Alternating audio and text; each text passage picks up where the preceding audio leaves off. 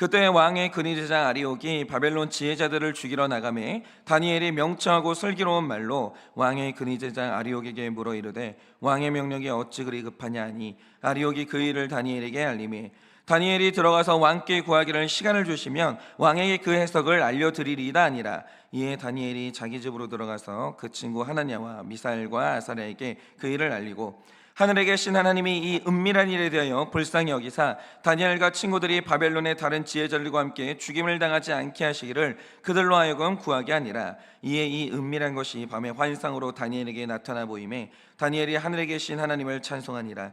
다니엘이 말하여 이르되 영원부터 영원까지 하나님의 이름을 찬송할 것은 지혜와 능력이 그에게 있음이로다. 그는 때와 계절을 바꾸시며 왕들을 피하시고 왕들을 세우시며 지혜자에게 지혜를 주시고 총명한 자에게 지식을 주시는도다.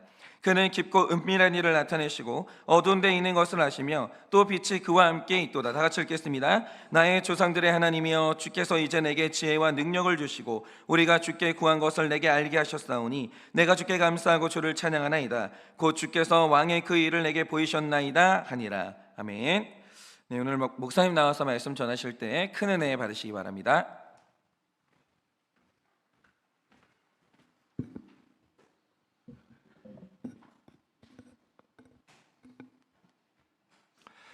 네, 할렐루야. 네, 제가 아이들을 양육하는 사역을 하면 할수록 깨닫게 되는 것이 하나가 있는데요. 굉장히 중요한 사실을 제가 계속해서 깨닫게 됩니다. 그게 뭐냐? 바로 부모님의 언어가 아이들의 가치관에 100% 영향을 끼친다는 겁니다. 예를 들어서 제가 경험한 두 아이의 사례를 이제 말씀드리려고 하는데요. 첫 번째 아이는 제가 예전에 설교 예화로 여러분들에게 이미 말씀드린 적이 있었던 아이입니다. 어느 날 이 아이가 예배를 위해 구입했었던 무선 마이크를 저나 선생님들한테 말도 없이 가져가서 바닥에 쾅쾅 찍으면서 놀고 있는 겁니다. 그래서 아이에게 하지 말라고 그렇게 제지를 했더니 아이가 하는 말이 그냥 이걸로 해결하면 될 거 아니에요 하면서 지갑에서 돈을 꺼내고 5,000원을 손가락도 이렇게 껴가지고 이렇게 툭 저한테 던져주는 거예요.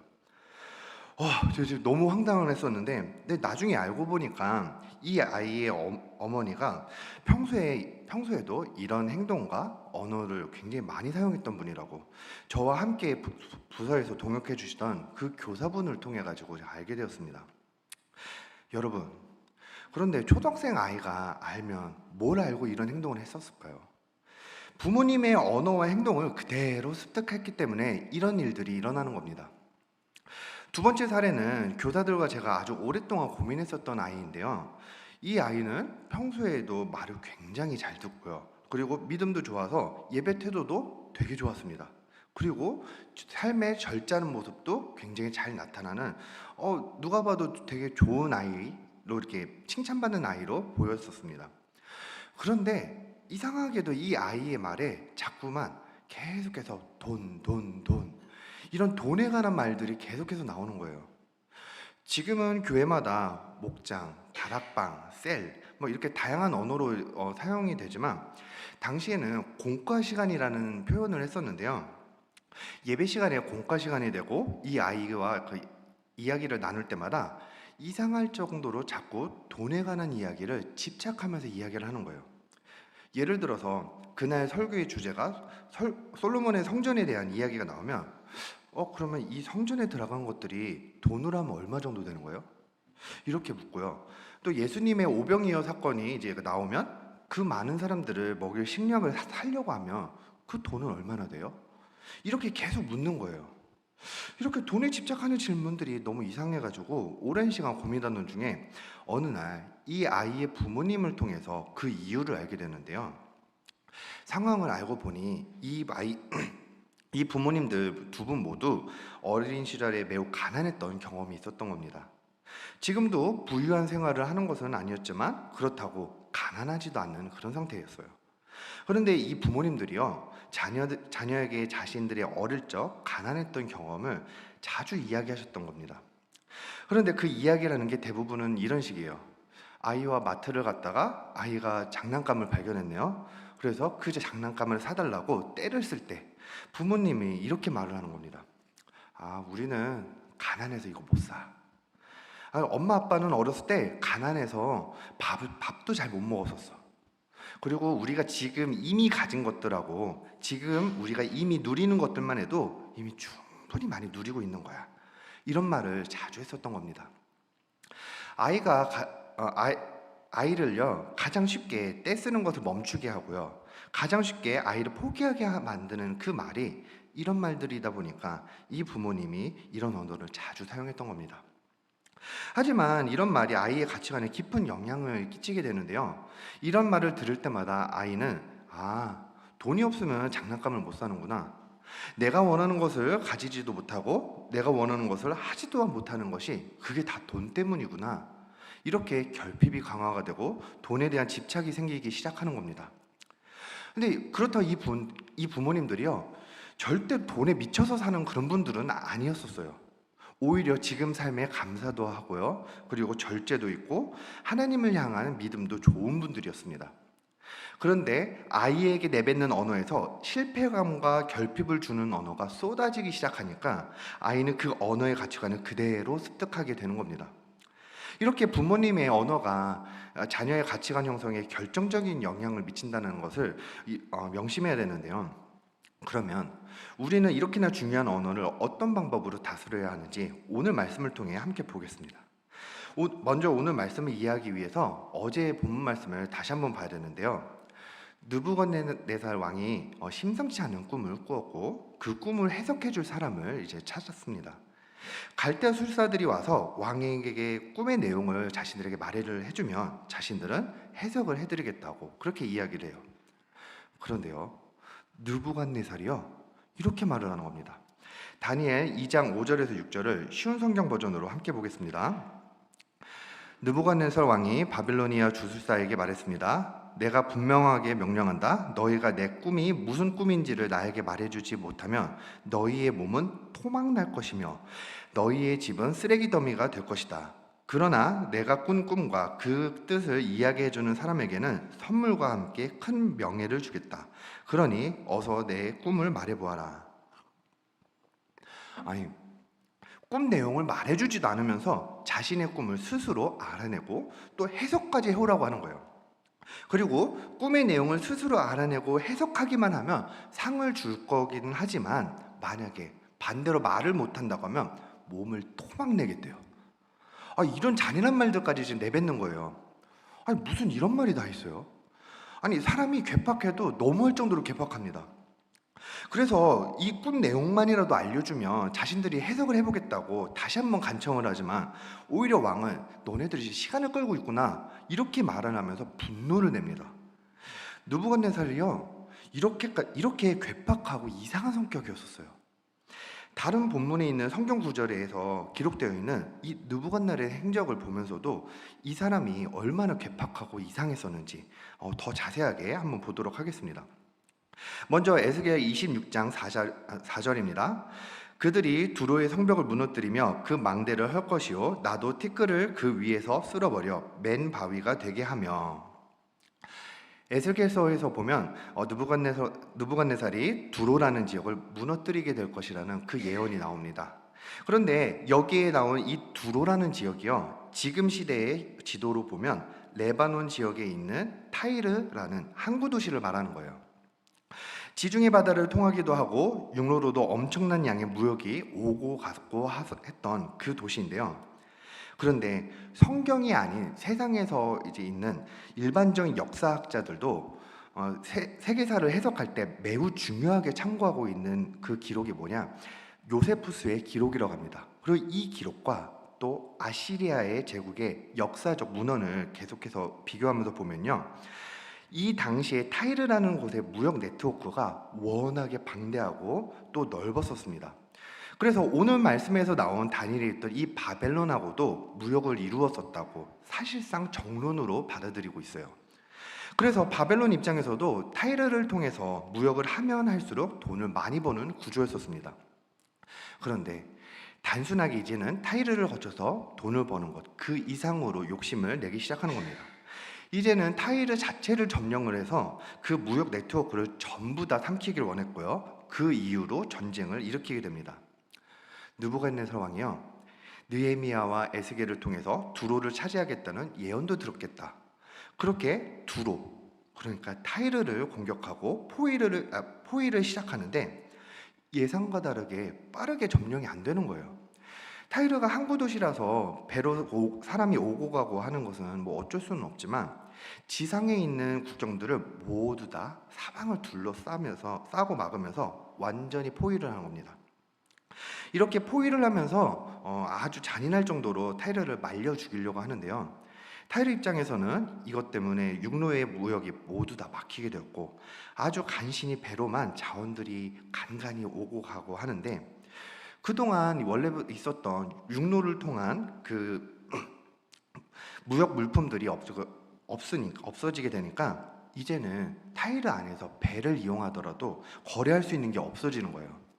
그래서 이들이 할 수 있는 마지막 방법이 무엇이냐? 그동안 본인들이 쌓아두었던 온갖 사치품과 재산들을 다 팔아가면서 생필품과 음식들을 배로 주고 받았었는데요.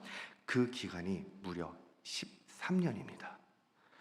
그 오랜 기간 동안 타이르 사람들은 극도의 가난을 겪고 생존에 큰 위협을 이제 겪게 되는 겁니다. 이렇게 느부갓네살 왕은 한 나라를 삼키겠다는 결심을 하고서는 몇십 년이 지나서도 수많은 사람들이 고통 속에 말려 죽고 있다는 것을 알고 있었어도 끝까지 자신의 고집을 꺾지도 않고 반드시 그래야만 직성이 풀리는 그런 사람이었어요.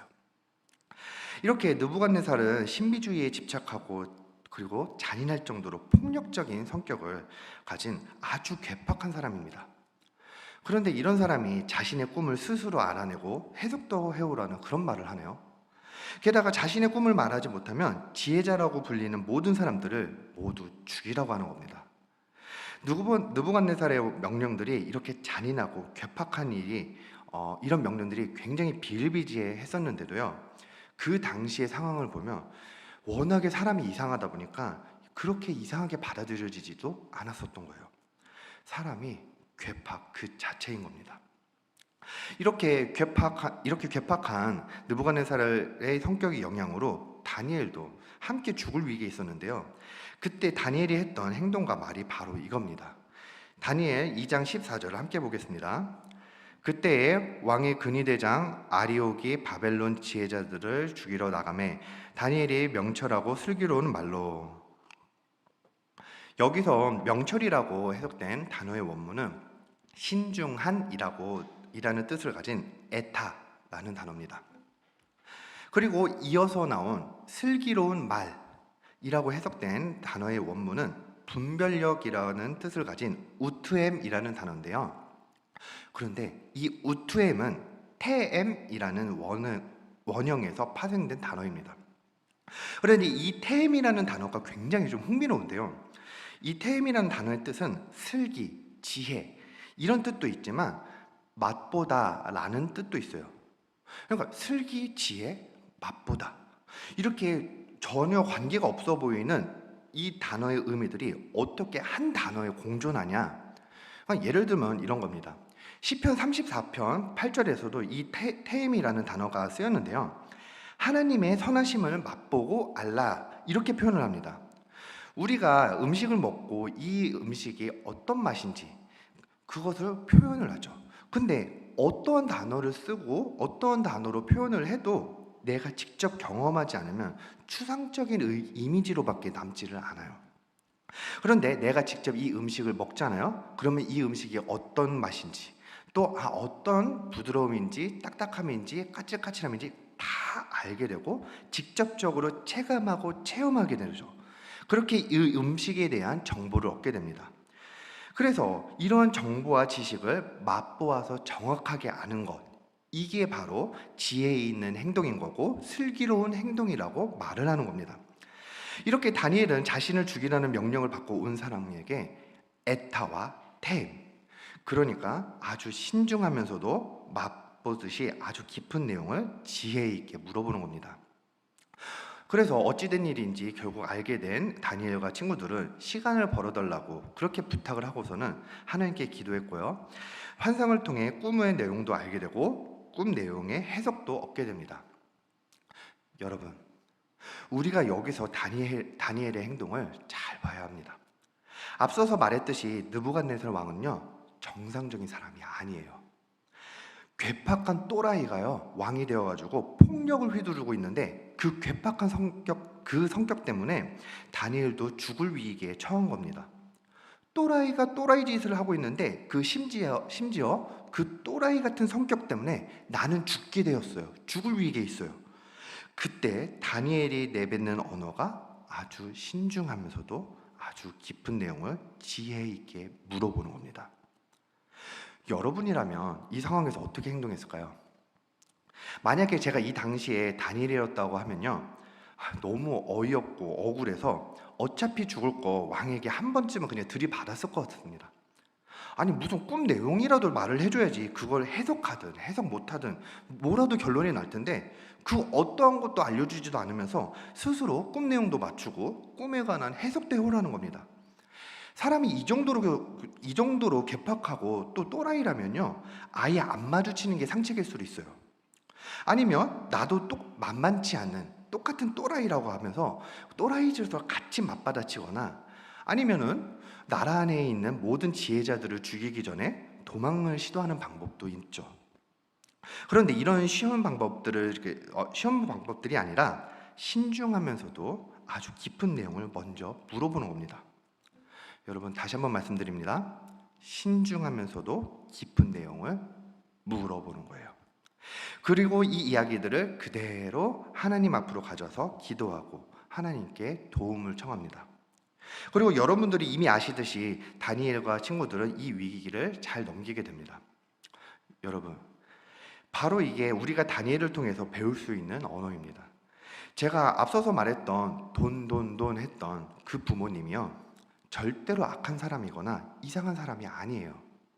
그런데 아이를 통제하고 절제시키는데 가장 쉽고 가장 빠른 방법을 선택했어요. 장난감 하나 정도는 그 정도도 사주지 못할 그런 능력이 없는 분들이 아니었어요. 그런데 왜 절제를 해야 하는지 이걸 설명을 해줘야 되는데 그 길을 피하다 보니 아이의 가치관에 안 좋은 영향이 끼치게 되었습니다. 그래서 오늘 말씀에서 나오는 이 다니엘의 언어를 본받아서 이 부모님들이 적용한다고 하면 이렇게 되겠죠. 왜 장난감이 왜 갖고 싶은지, 어떤 부분이 마음에 들었는지 물어봐야죠. 그리고 엄마 아빠가 생각하기에 우리의 가정의 형편에서 아이가 가질 수 있는 장난감의 양은 어느 정도가 되고 어느 정도까지 사주는 것이 옳다고 생각하는지 부모님의 생각도 말해줘야 하는 겁니다. 아이들이요, 생각보다는 되게 똑똑한 게요, 이런 이야기를 하면 마냥 떼쓰기만 하는 것이 아니라 자기 나름대로 이게 왜 필요한 것인지, 내가 원하는 이것이 우리 가정의 수준을 넘어서면서 가져야 할 만큼 그 가치가 있는지 나름대로 생각해 봅니다. 나이가 어리다고요, 바보는 아니에요. 초등학생 정도가 되면요, 저학년이라고 하더라도 나름대로 생각해보고 각자의 가치를 따져보는 그 정도의 나이는, 그리고 그 정도의 생각을 할 수 있는 그런 나이입니다. 그런데 나는 돈이 없는 가정이라는 그 마법의 문장 하나로 끝내버리면 아이에게 결핍을 심어주고 내가 가지고 싶은 것을 돈이 없다는 이유로 가지지 못하게 된다면서 그렇게 패배감을 경험하게 되는 겁니다. 우리가 매주 함께하는 목장에서도 마찬가지예요. 우리는 목장에서 말씀을 기준 삼아서 서로에게 조언도 해주고 처방도 합니다. 그런데 이 처방과 조언을 하기 전에요, 반드시 해야 하는 것이 있어요. 그게 뭐냐? 목장에 모인 목적이 우리의 치부를 드러내고 죄를 파헤치는 작업이니까요, 첫째로 신중해야 돼요. 다른 사람의 죄를 판단하고 조언해 줄 때에는요, 그게 말씀을 기준으로 해서 말을 하는 것이라고 하더라도 상처받지 않도록 신중하게 말을 해야 하는 겁니다.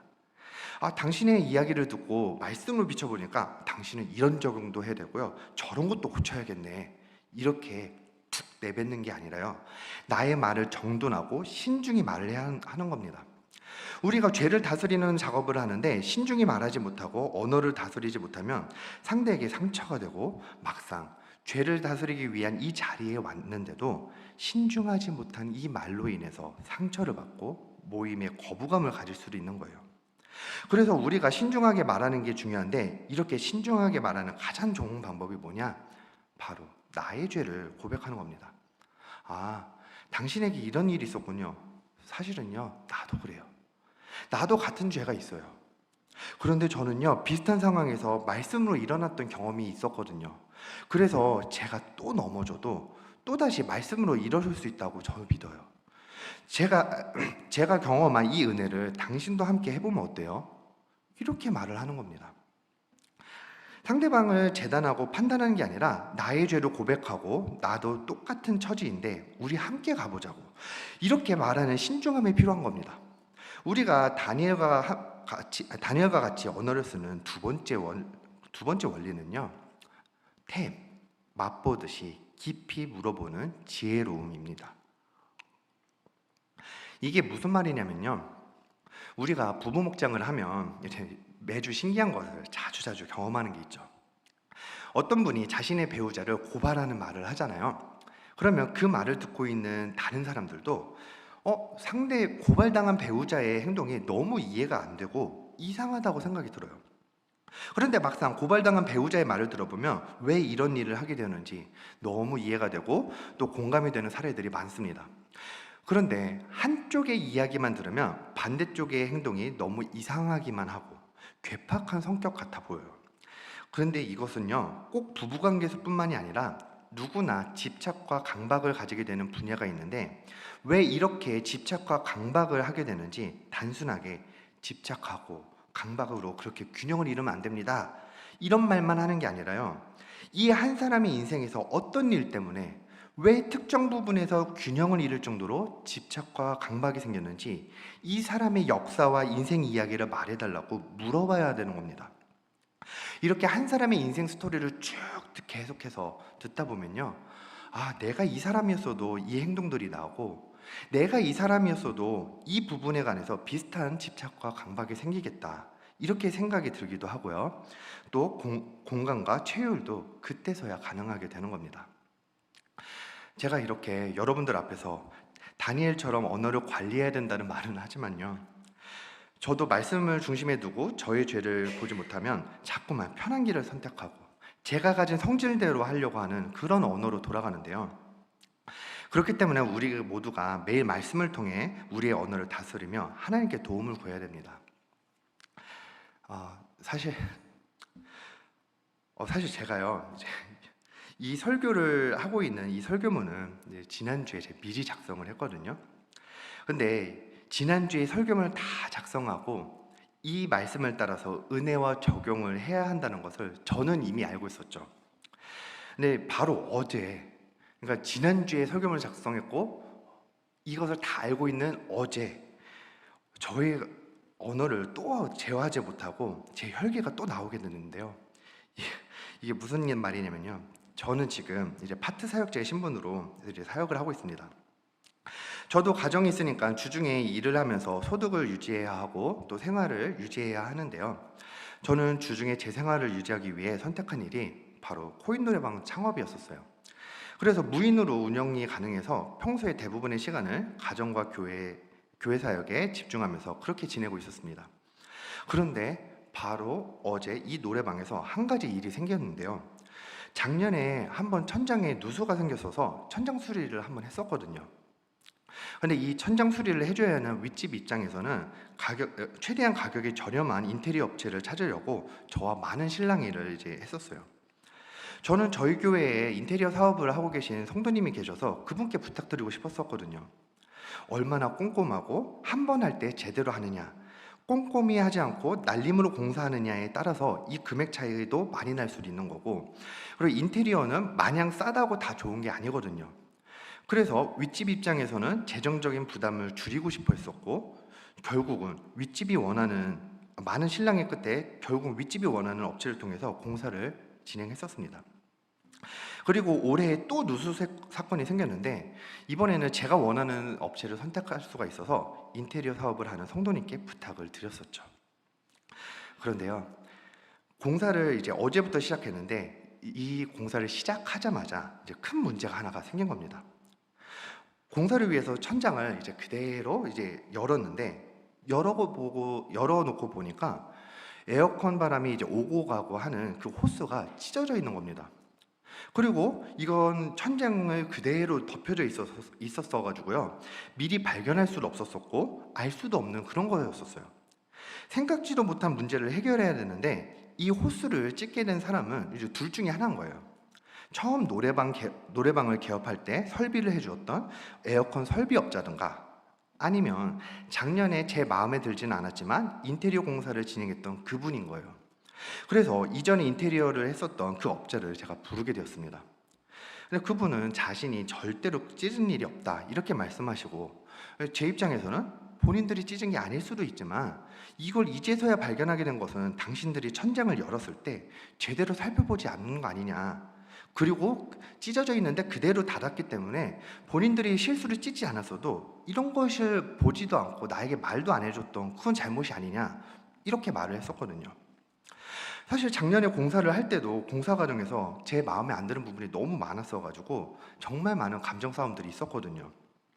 그래서 저도 이분과 다시 대화를 하는데, 당신들이 찢지 않았어도 최소한 왜 이대로 방치하게 되도록 왜 이렇게까지 무책임하게 그렇게 행동했었냐, 이럴 거면 공사 중간중간에 나를 못 들어오게 하지는 말았어야 되지 않냐, 이걸 계속해서 따졌었거든요. 그분은 그분대로 화가 나서 저에게 화를 냈고요. 그렇게 고성이 오고 가고 하다가 결국은 경찰까지 출동하게 된 거예요. 경찰분이 중재를 하고 이분과 대화를 다시 하는데, 마지막에 이분이 저에게 이런 말씀을 하시더라고요. 아니, 내가 당신 어머니 뻘 되는 사람인데 이렇게까지 나한테 말을 하면 안 되는 거 아니냐, 이렇게 말씀하시는데 저도 이때 혈기가 완전 머리끝까지 올라서 이렇게 대답을 했었습니다. 배상을 하라는 것도 아니었고 당신들이 실수한 것도 인정하지 않는 정도면 당신은요, 그 나이가 되시도록 부끄러운 줄도 모르고 사시는 거 아니에요? 제가 이렇게까지 말을 내뱉은 거예요. 최소한 본인들 행동에 실수가 있었다면 쪽팔린 줄도 알라고, 이런 말들을 계속해서 제 혈기로 맞받아치고 한참 저보다 나이 많으신 분한테 폭언을 쏟아냈었습니다. 결국 그 업자분은 이 자리에 있기 싫다면서 자리를 뜨셨고, 이제 저는 화가 아직도 안 풀려가지고 씩씩대면서 이제 혼자 방 안에서 감정을 가라앉히고 있었어요. 제가 워낙에 이제 감정에 쉽게 매몰되는 사람이다 보니까 이제 오랜 시간이 이제 걸렸었는데요. 어느 정도 감정을 추스리고 문을 열고 보니 딱 열자마자 제가 깜짝 놀랐었어요. 제가 문을 열자마자 이번 공사를 부탁드렸던 그 성도님이 제 바로 앞에 있었던 거예요. 그 방문 앞에요. 거기서 이제 컴퓨터로 작업을 뭔가를 하고 계셨는데, 이분 얼굴을 딱 보자마자 지금까지 제가 경찰이 오고 가고 이분 그 전에 있었던 업자하고 고성이 오고 가고 했던 게 머릿속으로 비디오로 돌려버려서 다 지나가기 시작하는 겁니다. 와, 내가 나보다 한참 나이가 많은 분에게 그 나이 먹고 부끄러운 줄 알아야죠, 이런 말이 나고, 떠나는 사람 뒤통수에다가 그렇게 살지 말라고 소리치고 하다 이제는 경찰까지 출동하는 모습을 이 성도님 앞에서 전부 다 보이게 된 거예요. 그런데 이 일이 벌어질 때는 제 혈기가 주체가 안 되니까 저의 모습이 전혀 보이지가 않았었어요. 그리고 이렇게 건방지고 혈기로 막말하면서 경찰까지 출동하게 한 저라는 사람이요, 평소에 알고 있던 그냥 다른 사람도 아니고 그 성도님이 출석하는 교회의 목사인 제가 이러고 있는 거예요. 성도님 앞에서 이런 일을 보이니까 그때서야 제 모습이 깨달으시더라고요. 제가요, 이전에 이분들과 공사할 때도 저가 하도 많이 부딪혔어서 이미 감정이 안 좋았다고 제가 전에 있던 업자하고 이제 전화를 할 때부터 좋게 이야기할 생각이 아예 없었어요. 감정이 상해서 확인하고 물어보는 것보다 천장을 덮기 전에 확인 안 한 거는 당신들이 불성실한 거다. 내가 중간에 그러면 공사할 때는 내가 중간에 볼 수라도 있게 해줬어야지, 이런 생각들만 가지고 아예 처음부터 마음 먹고 싸울 생각으로 전화를 했었던 거예요. 이런 생각을 가지고 나아가다 보니까 제 언어 안에는 에타라는 신중함 없이 혈기로 나갔었고요, 템이라는 어떻게 된 일인지 물어보고 확인하는 것조차 없었습니다. 제 입장에서는 속상하니까 작년에 작업하신 업자에게 전화는 할 수는 있겠죠. 그런데 상황을 살펴보고 신중하게 결정하고 상황을 물어보는 것도 없이 바로 혈기와 막말로 나아가기 시작하는 겁니다. 이런 애태와 태엠이 없는 언어를 실컷 퍼붓고 나서 성도님의 얼굴 보니 그때서야 알게 되는 게, 부끄러운 줄도 알고 살아야 하는 사람은 작년에 공사했던 그분이 아니라 목사가 되어서, 그것도 다음날 설교해야 하는 주제가 이 언어를 관리하는 것인데도 관리하지 못하는 것을 더 훨씬 넘어가지고 혈기로 막말하는 걸 그대로 다 노출시키고 내뱉는, 제가 지금 깨달아지기 시작하는 겁니다. 너무 부끄러워서 미치겠더라고요. 그러니까 바로 다음날, 그러니까 오늘 해야 하는 설교 내용이 이건데요. 근데 바로 전날에 제가 말씀을 전해야 하는 그 성도님 앞에서 이런 말을 하고 있는 거예요. 게다가 너무 주체가 안 되고 절제가 안 되니까 경찰까지 불렀어야 하는 그 사람이 바로 저였던 겁니다. 제가 이걸 보고서 알게 되었어요. 나는 다니엘의 모습이 아니었구나. 나는 내가 만든 이 설교에도 스스로 삶을 살아내지 못하는 그런 사람이구나. 이게 깨달아지고 너무 부끄럽더라고요.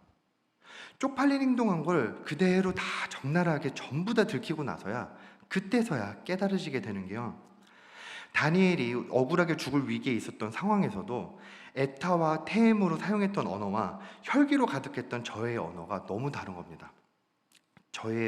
저는 죄인의 언어를 너무 많이 사용하면서 살아왔었어요.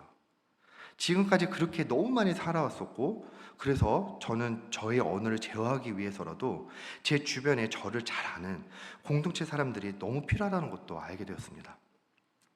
저도 이렇게 언어를 제어하는 게 너무 어려운 사람인데요, 혹시 여러분은 삶에서 어떤 언어를 가장 많이 사용하고 계신가요? 혹시나 섣부른 판단으로 정죄하는 그런 언어를 사용하고 있지는 않나요? 에타의 언어, 신중하게 말씀을 기준으로 하는 죄고백의 언어를 쓰고 있으신가요? 혹시나 저처럼 상황이 닥치는 그 즉시 바로바로 판단하면서 정답만을 말하는 그런 언어를 쓰고 있지는 않으신가요? 반대로 태엠의 언어는 사용하고 있으신지요? 맛보듯이 계속해서 깊이 물어보는 그런 지혜의 언어를 쓰시는지 보시길 바랍니다. 만약에 여러분들이 삶 가운데서 누군가와 싸우고 나의 언어로 인해서 상처받는 사람이 있다면요, 그건 나의 언어에 에타와 테엠이 없기 때문입니다. 누군가가 나의 말을 오해하고 있다면요, 그건 나의 언어에 에타와 테엠이 없기 때문입니다. 이렇게 에타와 테엠이 없기 때문에 나의 자녀에게도 잘못된 가치관을 심어주고, 사랑하는 내 가정, 내 목원, 내 교회에서도 나의 의도와 다르게 자꾸만 나로 인해 분열되고 나로 인해 싸우게 되는 그 원인이 되는 겁니다. 여러분, 오늘 여러분 자신이 어떤 언어를 쓰고 계신지 점검하시길 바랍니다. 내 언어가 다니엘과 같이 지혜로운 언어를 사용하고 있는지 점검하시길 바랍니다. 우리는 모두 죄인이라서 나의 죄성이 중심이 되고 나의 죄성이 묻어나오는 그런 언어를 쓰는 경우가 굉장히 많습니다. 이렇게 나의 잘못된 언어를 회개하고 이제는 하나님이 기뻐하시는 죄고백의 언어, 깊이 물어보는 언어, 그렇게 말씀이 중심이 되는 언어로 나가시는 여러분 되시길 주님의 이름으로 축복합니다. 기도하고 축도함으로 예배를 마치겠습니다.